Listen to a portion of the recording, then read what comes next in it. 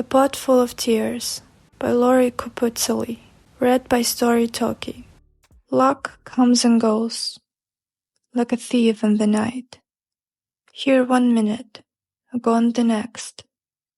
Some women want children, but can't have them. Others have children, but can't keep them.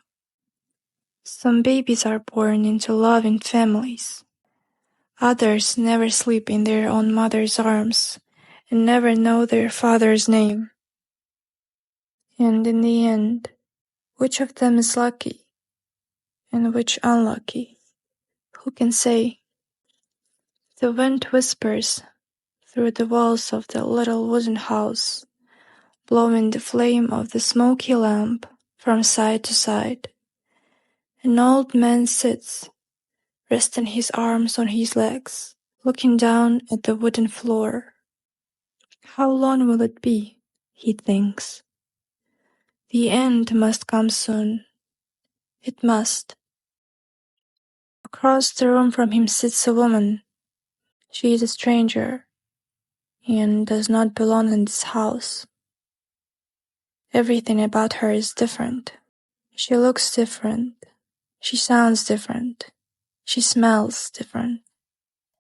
She has sat here in this poor little house for 7 hours, but still the wind carries her expensive perfume, a smell from another world. She and the old man are different in every way, but she too sits on an old wooden chair looking down at the wooden floor. How long will it be?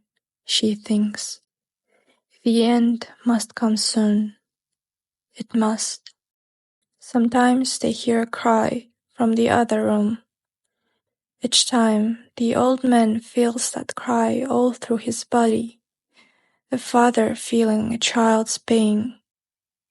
A loud scream brings both the old man and woman stranger to their feet. They wait. Minutes later, an old woman comes through the door, holding a baby in a blanket. The blanket is new, brought by the woman stranger.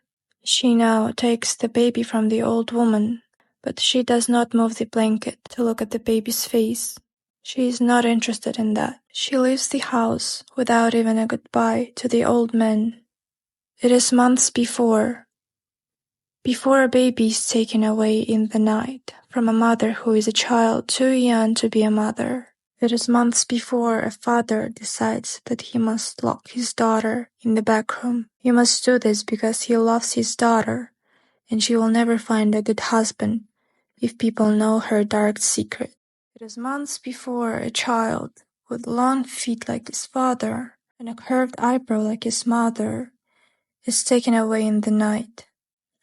A child who will never see the long feet of his father or the curved eyebrow of his mother. It is morning. On that day months before, and a young woman, hundreds of miles away, wakes up to find a little blood between her legs.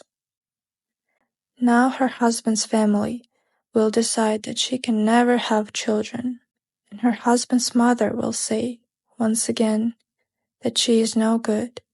She will say that a woman who cannot have children is no use to the family.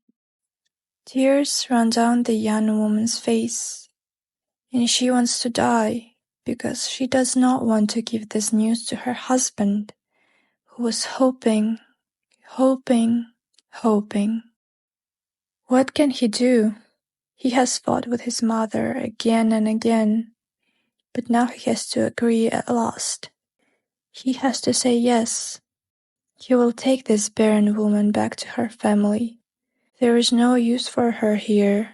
He is the only son of the house, and a wife who cannot have children is no use to him and his family. The trouble is that he has learned to like this woman who is his wife. Maybe he has even learned to love her. He talks to her softly while she cries in his arms. We will do something, he tells her. We will do something. They travel to a country which is at war, where the people live with death every day of their lives. And for these people, the baby who is taken away from them is a baby who has escaped from the house of death. This is what the woman tells them, the woman stranger who smells of expensive perfume. Now she's in a place where she belongs, in a cool modern office with carpets on the floor and soft, comfortable chairs. It will cost them money. The woman tells them a small sum of money for this only son and his barren wife, but a very large sum of money for the old man in his wooden house.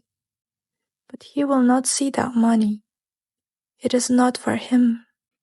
Months later, the only son and his barren wife have a small boy, a baby with long feet and a curved eyebrow. They are happy.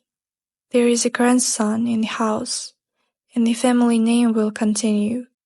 The boy will eat well every day. He will have the love of a family around him. He will never be hungry. He will never know war. He will never have to live in fear and in pain, without friends, without hope, without love. Years are gone, and a young married woman with a curved eyebrow cooks rice in a pot over an open flame. She looks at her small daughter, who shakes her fat little feet at the sky, and like a dream that never ends, the woman sees the long feet of a child who will never know where they came from. The tears run slowly down her cheek, falling, lost, in the steaming pot of rice.